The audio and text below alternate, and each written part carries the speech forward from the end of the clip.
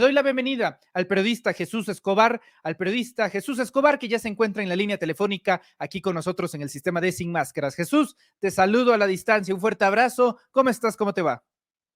¿Qué tal, mi querido Manuel? Muy bien, como siempre, honrado, por supuesto, de platicar en tu programa y de entrarle con estos temas. Fíjate que en torno a la Suprema Corte de Justicia de la Nación y todo lo relacionado con la Guardia Nacional, caray, llevamos, mi querido Manuel, pues ya prácticamente 5 sexenios: Cedillo, Fox, Calderón, Peña, ahora el caso del presidente López Obrador, pero sobre todo profundizado en el tema de Felipe Calderón y Enrique Peña Nieto, quienes argumentaron que la presencia del ejército en las calles se debía a que no existían policías confiables, policías con capacidades para enfrentar a un crimen organizado que constantemente incrementaba su poder bélico y su capacidad precisamente de maniobra. Esto es parte de una narrativa que nos va a llevar al segundo tema que ponía sobre la mesa mi querido Manuel, porque efectivamente las policías de este país tienen mucho tiempo con un problema estructural, una falta de inversión, de preparación, de armamento y una enorme asimetría que incluso se ve reflejada en el ámbito social de los estados. No es lo mismo la policía, por ejemplo, de ciertos municipios de Oaxaca que la policía de ciertos municipios de Nuevo León. Pero yo siempre me he preguntado, ¿a quién le conviene en realidad no tener policías capacitadas, no tener policías bien armadas, policías preparadas para enfrentar estos devenires? Pues efectivamente, a los mismos que de una u otra manera impulsan esta estrategia de letalidad, estrategia violenta para supuestamente combatir el cáncer que ellos mismos crearon.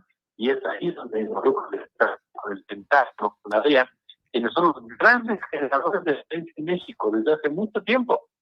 Dos instancias quienes filtran información a sus medios de comunicación, quienes filtran información a sus ONGs e incluso con su réplica en México, para golpear, en este caso concreto, al gobierno de la Cuarta Transformación. Y no es la excepción, mi querido Manuel. Habrá gente que diga, están cayendo en la conspiración. No, a ver, es una práctica que se da en otras partes del mundo, es una práctica que se da contra gobiernos que de una u otra manera no son afines a los intereses de Washington o que se han manifestado en contra de esas estrategias y de esas fórmulas que solamente generan negocio para los señores de la guerra.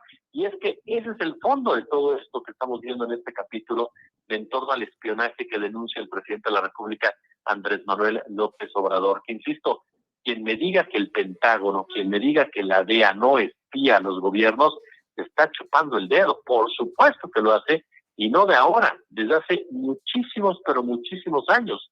Y lo hace para tener precisamente información. Información es poder, y poder controlar a un gobierno, chantajear a un gobierno, extorsionar a un gobierno y, por supuesto, sí, reitero, dar a conocer información, ¿no?, que permita precisamente, pues, golpetearlo. Y eso lo hemos visto en otras partes del mundo, lo hemos visto en otras latitudes, lo hemos visto contra otros gobiernos, y en este caso, no olvidemos por qué la reacción por parte de la DEA. La DEA que ha sido limitada por Andrés Manuel López Obrador, y es que ahí es donde se quiere manipular el discurso, querido Manuel, porque hay gente que te dice, no, es que López Obrador está defendiendo a los chapitos, está defendiendo a los menores. No, eso no es cierto. Seamos claros, está defendiendo un principio de soberanía el presidente de la República ante una agencia que estaba acostumbrada a hacer lo que le viniera en gana en México e incluso incriminar a personas inocentes, hacer tráfico de armas, por supuesto, manipular el tráfico de drogas. Bueno, la DEA genera más violencia que el ejército mexicano en nuestro propio territorio, querido Manuel, con sus estrategias en contra de la delincuencia. Entonces, lo que hace López Obrador es ponerles un freno, así de sencillo, que no pueden hacer lo que quieran en México como se los prometió Peña y sobre todo Calderón, y su respuesta es este tipo de acciones de filtrar datos, de filtrar información. Sí. ¿Para qué? Para estar menguando al gobierno de López Obrador. Correcto. Querido Jesús, yo veo que se le juntaron dos grandes problemas al presidente López Obrador el día de hoy. Primero, con estas denuncias que hace, ya lo estábamos planteando del Pentágono, pero hay que decirlo, esto que acaba de suceder en la Suprema Corte de Justicia de la Nación me parece una derrota absoluta y una victoria también absoluta para la oposición, porque se tratan de 8 ministros que votaron a favor de que la Guardia Nacional no se anexe a la Secretaría de la Defensa Nacional. Jesús, yo tenía información incluso que se contaban con los votos suficientes para no declararla inconstitucional, y al parecer 2 ministros se voltearon de último momento y pues llevaron a cabo estas votaciones a favor, estimado Jesús. Y ya decía yo que José Luis Alcántara Carrancá, que era uno de los primeros ministros que arrancaban en la era de López Obrador a partir de 2018, es incluso quien propone este proyecto, quien da este proyecto y que finalmente es hoy votado. Es un revés absoluto, y esto pues de alguna manera altera, modifica la estrategia de seguridad que parte del presidente López Obrador consideraba vital que se sumase la Guardia Nacional a la Suprema Corte. Jesús, yo lo veo como una derrota. ¿Qué opinas tú? Mira, sí se puede, coincido contigo en el sentido que es una derrota a raíz de que quien presentó esta acción de inconstitucionalidad, pues efectivamente fueron senadores de oposición quienes consideraron que no era correcta la anexión de la Guardia Nacional a la Secretaría de la Defensa Nacional. Pero también es una ventana de oportunidad, mi querido Manuel. Va a depender mucho de cómo pueda aplicar el gobierno federal su estrategia en seguridad de aquí al final del sexenio. Eso va a ser determinante. Hay un punto que no podemos dejar de lado. ¿Qué resultados ha dado la presencia militar en el combate a la inseguridad durante los últimos 15 años, por ejemplo? No olvidemos que la militarización, si no nos gusta decirle militarización, sí podemos decirle presencia militar en materia de seguridad. No empezó con Calderón o Peña, comenzó desde atrás. ¿Tú recuerdas que Ernesto Zedillo Ponce de León puso a un general en contra del crimen organizado, el general Gutiérrez Rebollo, que posteriormente fue traicionado y encarcelado? ¿Por qué? Porque se atrevió a investigar a la familia de Zedillo. Pero Quirós Hermosillo, quien era titular de la Defensa Nacional, pues era el que manejaba los hilos del narcopoder en México. Con Fox tuvimos un procurador que era militar, Rafael Macedo de la Concha. Y bueno, con Calderón empezó una situación verdaderamente lamentable, crítica y trágica, sin olvidar, por supuesto, que se profundizó con Enrique Peña Nieto. Y es ahí entonces donde podemos preguntarnos, ¿qué tanto ha significado como resultados? Pues no los ha habido como los hubiéramos esperado. Entonces me parece que es una forma en que el gobierno puede replantear la estrategia, en donde la Guardia Nacional efectivamente tenga este mando civil como tal, que no esté cerca de la Secretaría de la Defensa o no dependa como se manejó de la Secretaría de la Defensa Nacional. ¿Por qué es importante para el presidente? Porque para Andrés Manuel López Obrador el ejército tiene un papel fundamental en materia de honestidad, de lealtad, de coordinación, de estrategia, de comunicación, pero me parece que se puede lograr también de una forma independiente por parte de la Guardia Nacional.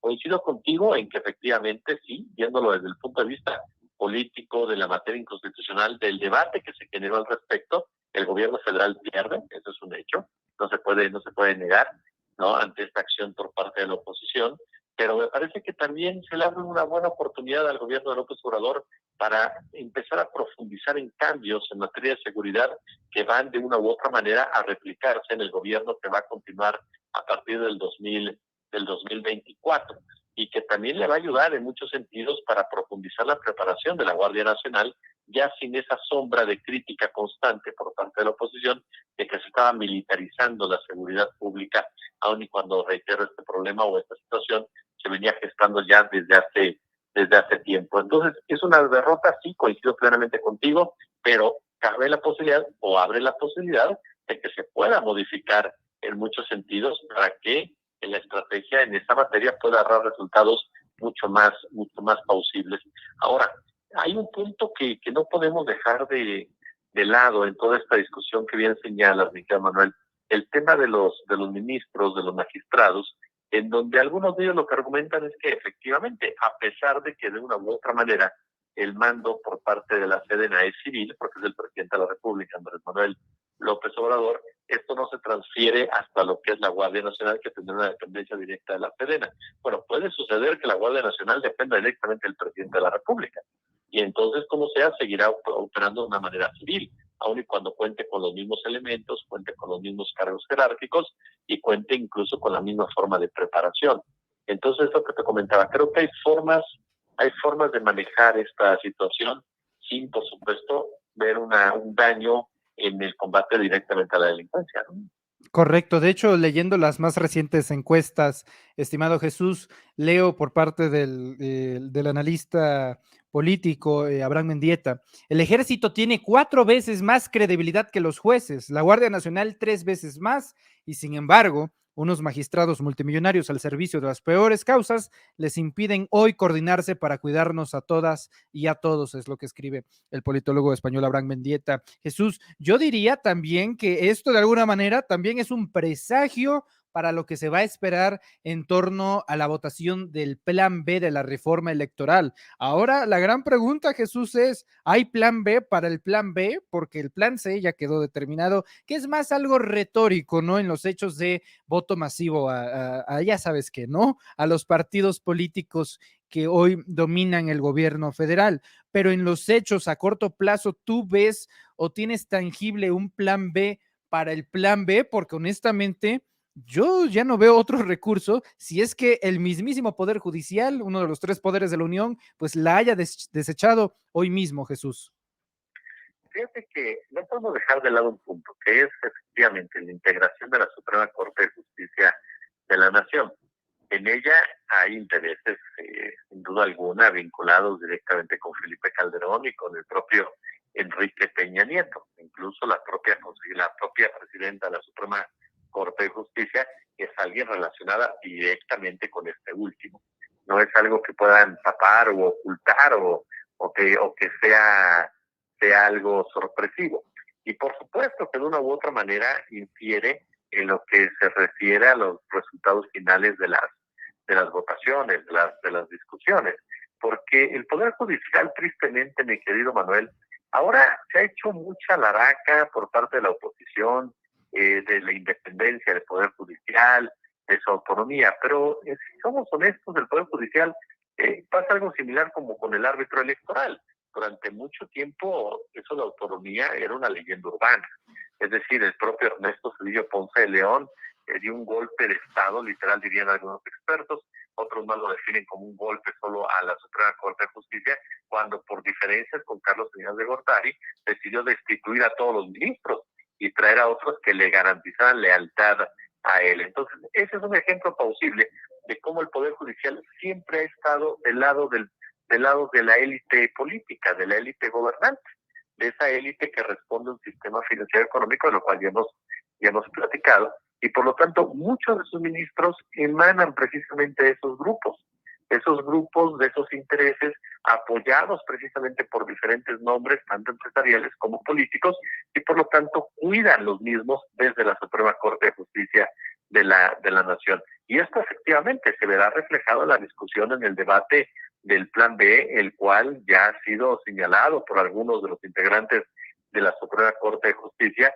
que se han manifestado en su momento a favor, por ejemplo, de quien fuera consejero presidente, Lorenzo Córdoba, o incluso del propio Edmundo Jacobo Molina, porque algunos de los integrantes de la Suprema Corte tienen una influencia directa de gente como José Ramón Cosío, o de otros más que han estado en la Suprema Corte. Entonces, me parece que sí podemos esperar un debate fuerte, un debate en donde gente como Arturo Saldívar tendrá que argumentar de una manera diferente, tendrá que convencer a otros ministros, y lo menciono a él porque él abiertamente ha sido una de las voces más centradas, más inteligentes, una de las voces que entiende perfectamente lo que hay detrás de toda esta disputa, los intereses precisamente que se están moviendo, y que por lo tanto tendrá que propugnar por estos debates que permitan a la Suprema Corte de Justicia pues lograr una mayor transparencia y no tanta opacidad en sus decisiones.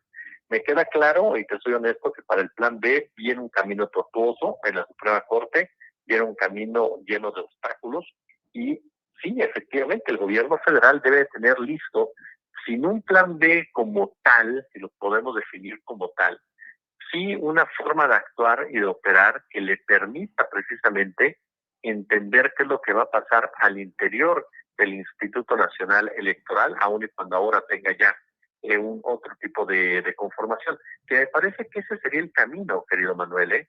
La conformación actual del Instituto Nacional Electoral, y ya lo está demostrando Guadalupe Tadei, te puede dar modificaciones importantes, sustanciales, cercanas o similares a lo que propone el Plan B, sin necesidad del mismo Plan B.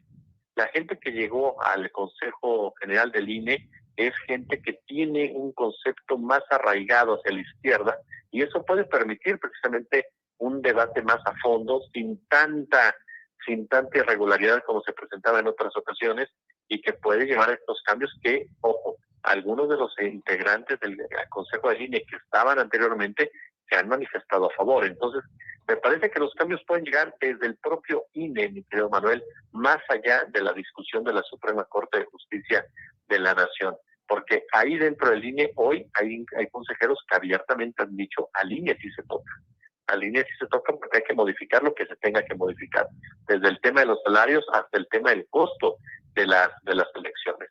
A mí me preocupa más el tema del Tribunal Electoral, del Poder Judicial de la Federación, que a final de cuentas es un nido de corrupción y es un nido que ha palomeado elecciones verdaderamente fraudulentas y que tiene incrustado a personajes nefastos, personajes que en realidad siguen siendo lo más cercano al PRI, al PAN, a empresarios como Claudio X González, y que obviamente van a seguir apoyando cualquier tipo de triquiñuelas para poder menguar resultados, sobre todo en el ámbito legislativo, en materia electoral. Entonces, ese sería mi panorama de entrada, mi señor Manuel.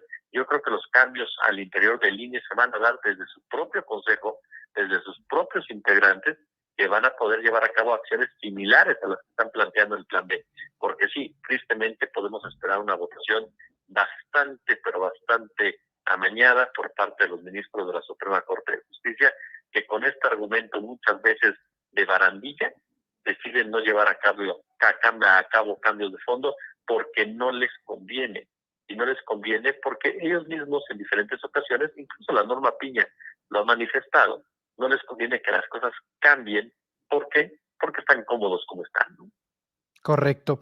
Querido Jesús Escobar, yo te agradezco mucho tu tiempo, presencia y análisis para hablar de estos temas y mucho más. Sé que quedaron varios pendientes en el hilo, que ojalá muy pronto también podamos seguir tocando, sobre todo en este contexto donde se da esta votación de la Suprema Corte de Justicia de la Nación. Jesús, te agradezco mucho que nos tomes la llamada. ¿En dónde te podemos encontrar en redes sociales? Y ojalá se repita muy pronto. Gracias, Jesús. No, hombre, que Manuel, ya sabes que se repite la vez que tú me invites, aquí estamos con muchísimo gusto. Y sí, ahí estamos en nuestra cuenta de Twitter, @jet1403, JT1403. Estamos también, por supuesto, en nuestro canal de YouTube, Jesús Escobar Tobar, así tal cuando se encuentra. Y en TikTok, ahí andamos en TikTok también con Jesús Escobar Tobar.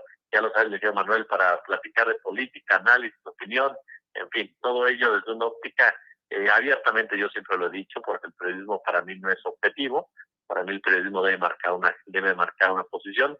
En lo personal siempre he pensado que el periodismo debe ser de izquierda, y por lo tanto lo que encontramos en estas plataformas, un análisis desde esa óptica, Miguel Manuel, sin ningún tipo de sesgo que no sea más que analizar a fondo la situación.